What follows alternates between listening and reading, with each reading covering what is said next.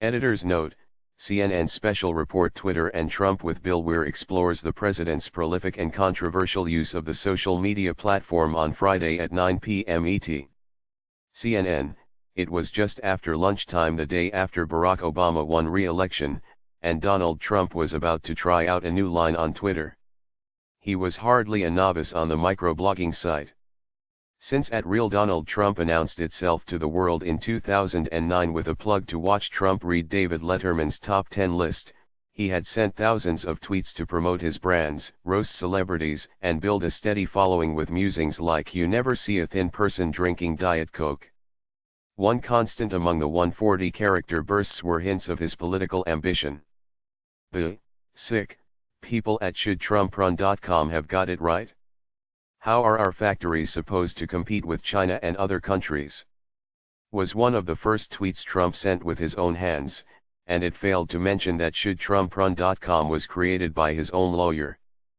Peter Costanzo, a digital marketer with Trump's publishing company, ran his account for the first 8 months, often posting aspirational quotes pulled from the billionaire's books.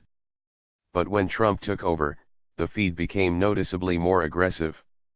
In 2011, a few weeks after Barack Obama mocked him at the White House Correspondents' Dinner, Trump launched his very first Twitter attack on the sitting president.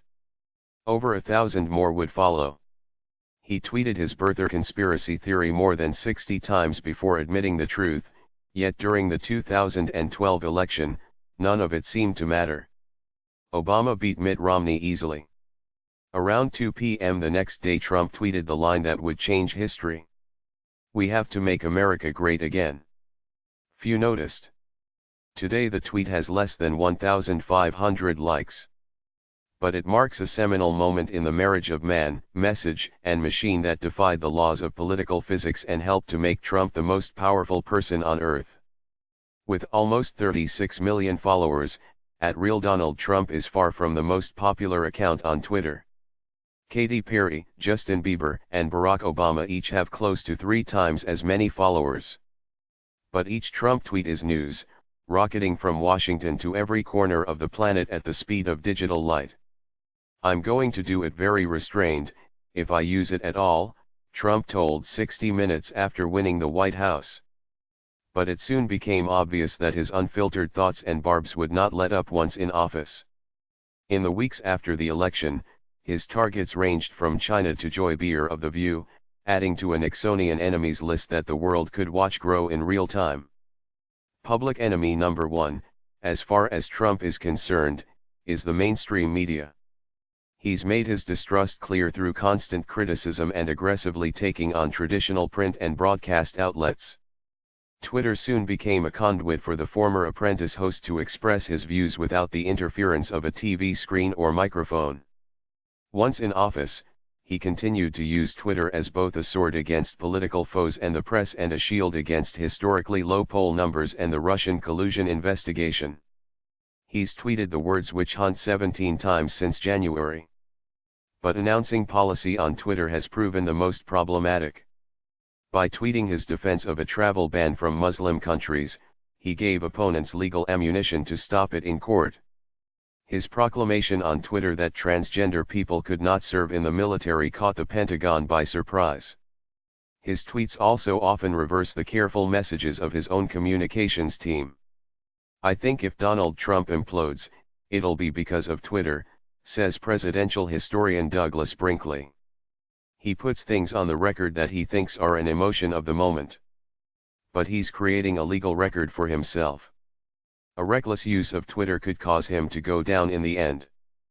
But his base of defenders love the raw, unfiltered access to their president. Every time he tweets, "I am entertained.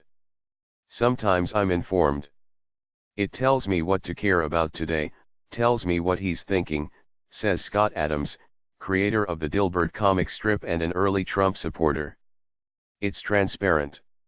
Sometimes it's provocative. Sometimes it's too provocative. I like that, too." The presidents we remember took the existing communication tools of the day and made them their own. Teddy Roosevelt courted cartoonists in a whole new way. FDR spoke into a radio microphone like no leader before, and, While Truman and Eisenhower were the first on TV, Kennedy and Reagan are considered the best.